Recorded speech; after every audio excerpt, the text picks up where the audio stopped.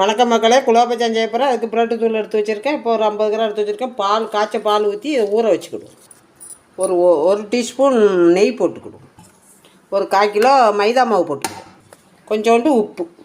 இதை இப்படி எல்லாம் கலந்துக்கிடுவோம். இப்படி கொஞ்சம் கொஞ்சமாக சப்பாத்தி மாவு பதத்தில் நம்ம பால் சேர்த்து பிசைஞ்சிக்கிடுவோம். இந்த அளவு அழுத்தம் கொடுத்து பிசைஞ்சு 1 கப்பு சீனி போட்டுக்கிடுவோம். கொஞ்சோളം மாவு எடுத்துக்கிட்டு நல்லா அழுத்தம் கொடுத்து ஊற்றிக்கங்க. இங்கே அதே அடுப்பில் கடாயை போட்டு ஆயில் ஊற்றிருக்கேன். இப்போ ஆயில் கொச்சிக்கிட்டு இருக்கு, பொரிக்க போகிறேன். அந்த அடுப்பில் பாகு ரெடி பண்ணிக்கிட்டு இருக்கேன். ஆயில் சூடாகிட்டு இப்போ இந்த மாதிரி ஊற்றிக்கிட்டு இப்போ போட்டு எடுத்துக்கிடுவோம். தீயை குறைவாக வச்சு இப்படி பொரிச்சிக்கோங்க. எந்திரிச்சு எடுத்துக்கிடுவோம்.